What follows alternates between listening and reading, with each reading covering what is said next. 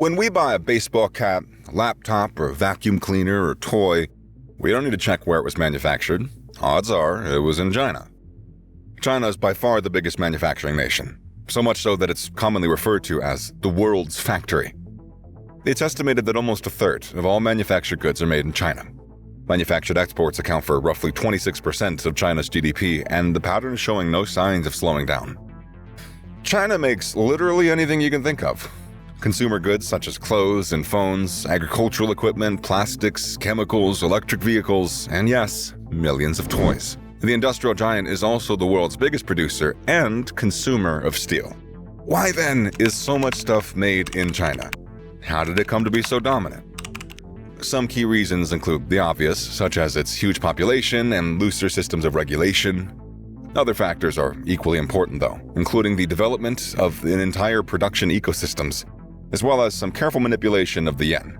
Even though China's been an innovator in trade and production for thousands of years, we'll look at its production surge since the early 1970s. In 1972, President Richard Nixon made a historic visit to China to meet with Chairman Mao Zedong. The US and China had frozen diplomatic relations after the Korean War, in which both countries' militaries were pitted against each other. Nixon's visit helped improve diplomatic relations between the two and open up China's doors to the world economies. Trade restrictions were gradually eased, and in many ways, it was the catalyst for China's incredible economic growth. China was now open to new technologies, business practices, and foreign investment. In the early 70s, China was essentially an agrarian economy, with a GDP per capita that was lower than many African countries. But within a decade, that soon changed.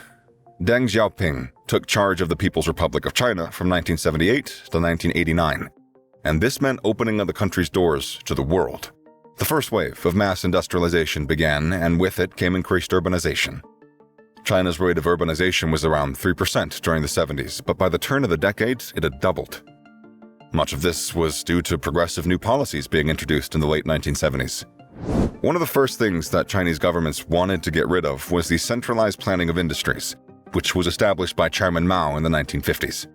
This included the collectivization of agriculture and the state controlling much of China's production. The commune-style system of farming had kept China in the Dark Ages with little thought towards industrialization or foreign investment. When Mao died in 1976, out went the agrarian, state-controlled mindset, and in came the drive to produce exports. Foreign investment was discouraged with tax incentives for corporations, as was entrepreneurship. Farmers were given output incentives, which resulted in greater levels of agricultural production. China's major exports during the 1970s were textiles and clothing, but it was just getting started. Industrial zones were planned and built along the coasts, and new technologies for production were imported, and trade barriers were removed to boost investment. Added to this was the increasing savings of the Chinese population. More savings equals more funds for government investment, which was used to further develop the methods of production. More roads and infrastructure were built and improved. More regional factories and centers of distribution were added. And so began China's path to developing full-cycle manufacturing ecosystems. This is one of the major reasons why it is such a huge producer of goods. The so-called ecosystem basically means that China was able to build a system of producing goods that was all done in China. No need for outsourcing or final stage touches to be done overseas. It could all be completed in China. Component manufacturers, suppliers, and distributors were all locked into the same system. The southeast city of Shenzhen is a classic example of how China has created these ecosystems. Shenzhen is basically an electronics hub, and the city ticks off every box in the manufacturing supply chain. It has basic component producers and suppliers, final stage production factories, low-cost workers, and distribution networks. This is not only cost-effective, but much faster and more efficient. Throughout the 1980s, reforms in agriculture improved methods of production. This freed up more rural workers to find employment in the manufacturing sector, which had expanded to include mechanical and farming equipment, and bicycles, chemicals, furniture, and consumer goods. China was now exposed to international competition, which forced it to keep investing and continually looking to streamline methods of production. Best of all, it had a massive population, which was increasingly becoming employed in manufacturing. Rising wages also meant that China's manufacturing was now servicing both the domestic and overseas markets.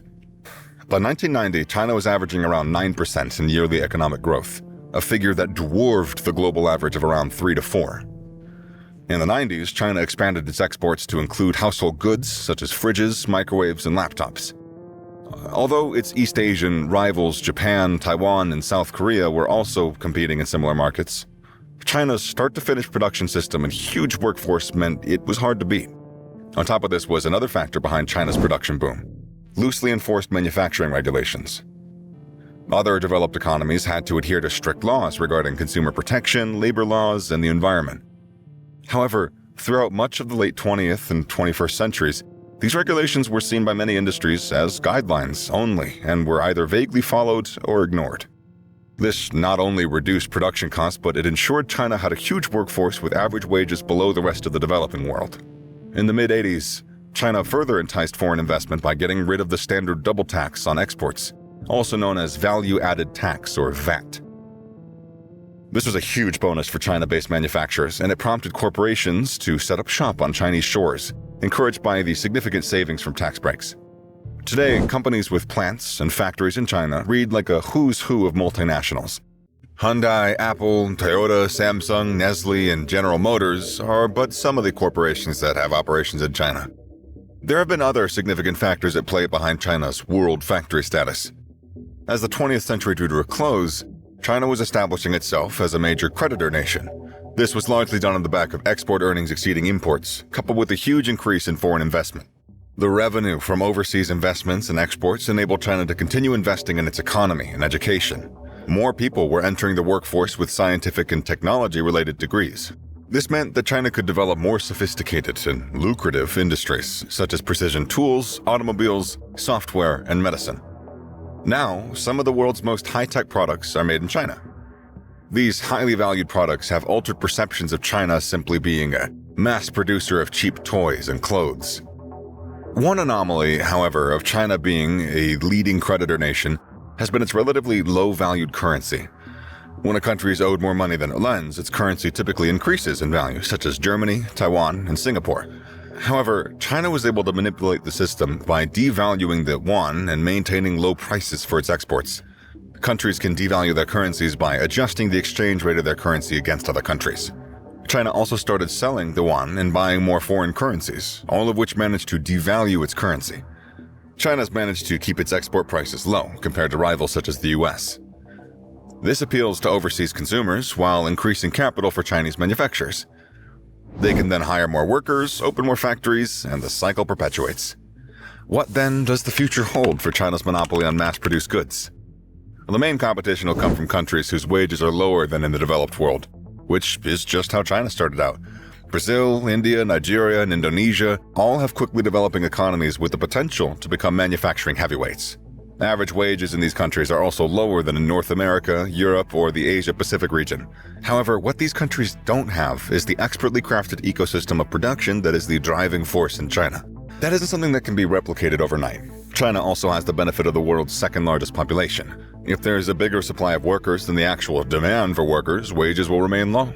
This will keep most corporations firmly based in China. Experts have pointed out that even if some stages of the production chain are moved overseas, China will simply move on to more advanced forms of manufacturing. Low-cost production will still be a crucial part of the economy, but China's sights are set on more high-tech manufacturing. Developing more efficient, digitalized, robotic, and AI-focused systems of production is the next goal for China.